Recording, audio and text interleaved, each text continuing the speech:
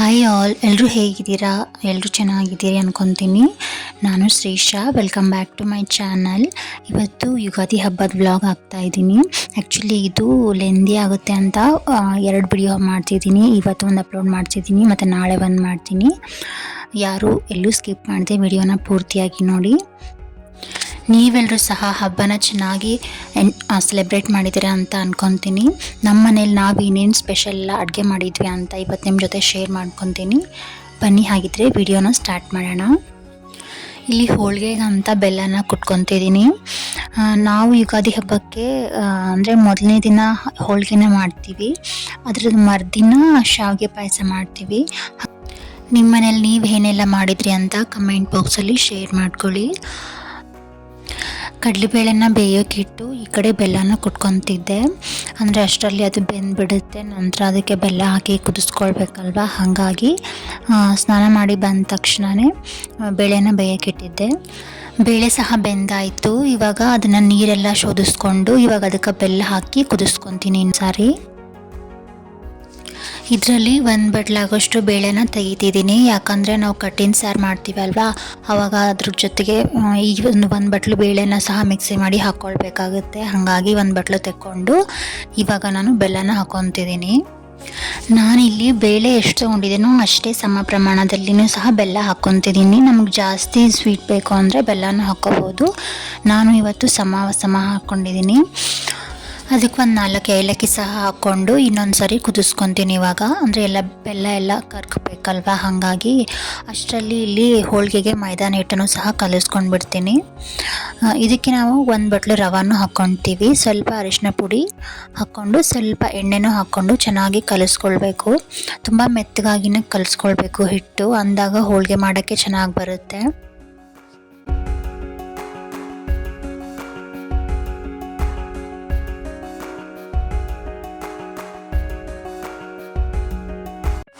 ಇಲ್ಲಿ ಇವಾಗ ಕೋಸಂಬರಿಗೆ ಹೆಸರುಬೇಳೆನ ಹಾಕ್ಕೊತಿದ್ದೀನಿ. ಬೇಳೆನೂ ಸಹ ಎಲ್ಲ ಚೆನ್ನಾಗಿ ಬೆಲ್ಲದ ಜೊತೆ ಮಿಕ್ಸ್ ಆಗಿತ್ತು. ಇವಾಗ ಅದನ್ನು ಮಿಕ್ಸಿ ಮಾಡ್ಕೊತಿದ್ದೀನಿ. ಬೇಳೆನ ನಾವು ಚೆನ್ನಾಗಿ ನುಣ್ಣಗಾಗಿನೇ ರುಬ್ಕೊಳ್ಬೇಕು, ಅಂದರೆ ಹೋಳಿಗೆ ಚೆನ್ನಾಗಿ ಬರುತ್ತೆ. ಅಂದರೆ ಅದು ತರಿಯಾಗಿ ಇರಬಾರ್ದು ಬೇಳೆ ಎಲ್ಲ, ಹಾಗಾಗಿ ತುಂಬ ಪೇಸ್ಟ್ ಥರನೇ ರುಬ್ಕೊಳ್ಬೇಕು. ಈಗ ಹೂರಣನೂ ರೆಡಿ ಆಯಿತು, ಹಾಗೆ ಹೆಸರುಬೇಳೆನೂ ನೆನೆ ಇಟ್ಟಿದ್ದೀನಿ, ಹಾಗೆ ಮೈದಾ ಹಿಟ್ಟನ್ನು ನೆನೆ ಇಟ್ಟಿದ್ದಾಯಿತು. ಇವಾಗ ನಾನು ಕಟ್ಟಿನ ಸಾರು ಮಾಡ್ತೀವಲ್ಲ, ಅದಕ್ಕೆ ಮಸಾಲನೆಲ್ಲ ಹುರ್ಕೊಂಡು ಬಿಡ್ತೀನಿ.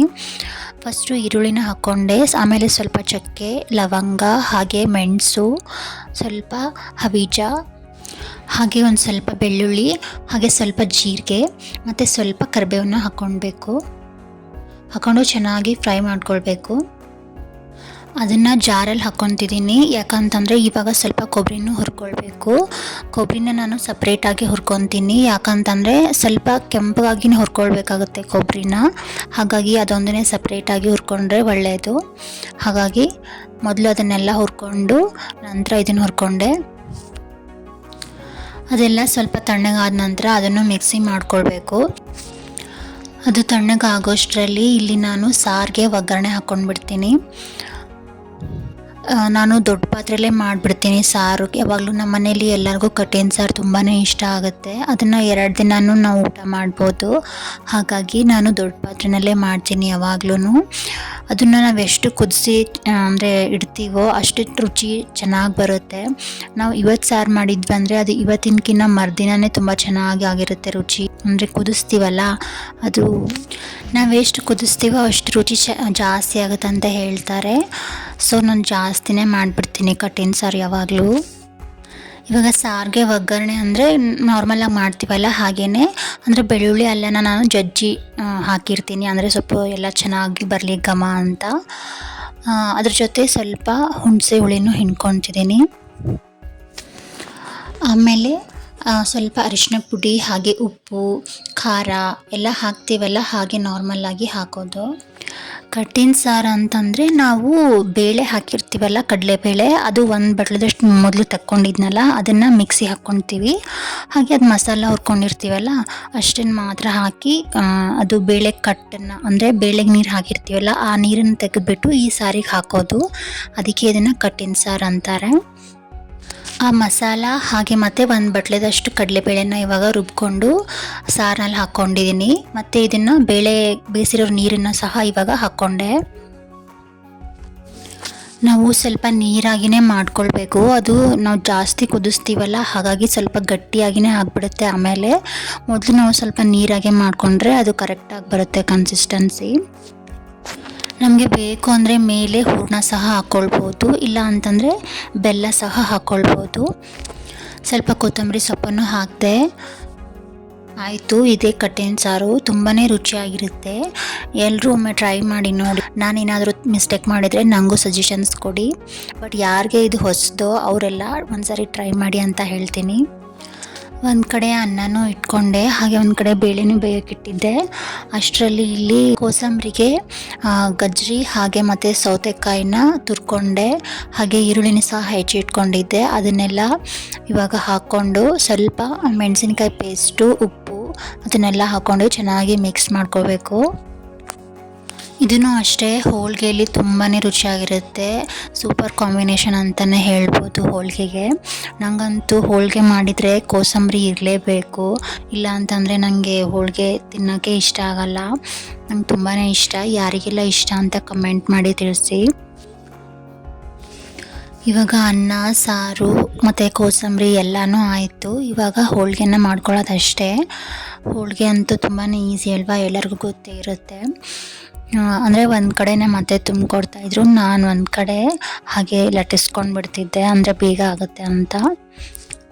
ಫಸ್ಟ್ ಒಂದೆರಡು ಮಾತ್ರ ನಾನು ನೈವೇದ್ಯಗಂತ ಮಾಡ್ಕೊಂಡಿದ್ದೆ, ಹಾಗಾಗಿ ಅದನ್ನೇ ವಿಡಿಯೋದಲ್ಲಿ ಹಾಕಿದ್ದೀನಿ. ಉಳ್ಕಿದ್ದೆಲ್ಲ ನಮ್ಮ ಅತ್ತೆನೇ ಹೆಲ್ಪ್ ಮಾಡಿದರು, ನಾನು ಜಸ್ಟ್ ಲಟ್ಟಿಸ್ದೆ ಅಷ್ಟೇ. ಹೋಳಿಗೆ ಎಲ್ಲ ಆದಮೇಲೆ ಸ್ವಲ್ಪ ಚಪಾತಿನೂ ಮಾಡಿಕೊಂಡೆ. ಅಂದರೆ ಬರೀ ಹೋಳಿಗೆನ ನಮ್ಮ ಮನೇಲಿ ಎಲ್ಲರೂ ತಿನ್ನಲ್ಲ, ಹಾಗಾಗಿ ಸ್ವಲ್ಪ ಕೆಲವ್ರಿಗೆ ಸ್ವಲ್ಪ ಚಪಾತಿನೂ ಇರಲಿ ಅಂತ ಚಪಾತಿ ಹಿಟ್ಟನ್ನು ಇಟ್ಕೊಂಡಿದ್ದೆ.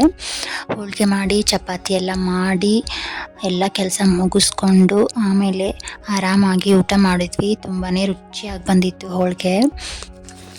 ಅಂದರೆ ನಮ್ಮ ಮನೇಲಿ ನಾವು ಬೆಳಿಗ್ಗೆ ನಾಷ್ಟ ಅದು ಏನೂ ಮಾಡಿರೋಂಗಿಲ್ಲ ಹಬ್ಬದ ದಿನ.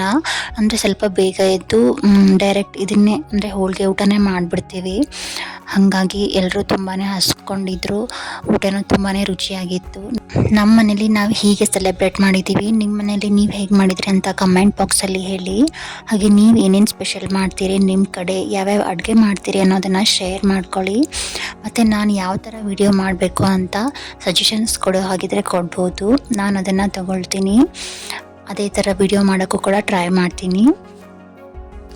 ಓಕೆ ಫ್ರೆಂಡ್ಸ್, ಇದಾಗಿತ್ತು ಇವತ್ತಿನ ವಿಡಿಯೋ. ಈ ವಿಡಿಯೋ ನಿಮಗೆ ಇಷ್ಟ ಆದರೆ ಪ್ಲೀಸ್ ಲೈಕ್ ಮಾಡಿ, ಶೇರ್ ಮಾಡಿ, ಹಾಗೆ ಕಮೆಂಟ್ ಮಾಡಿ ಮತ್ತು ಸಬ್ಸ್ಕ್ರೈಬ್ ಮಾಡ್ಕೊಳ್ಳಿ. ಮತ್ತು ನೆಕ್ಸ್ಟ್ ವಿಡಿಯೋದಲ್ಲಿ ಮತ್ತೆ ನಿಮ್ಮೊಂದಿಗೆ ಸಿಗ್ತೀನಿ. ಅಲ್ಲಿವರೆಗೂ ಟೇಕ್ ಕೇರ್. Thank you.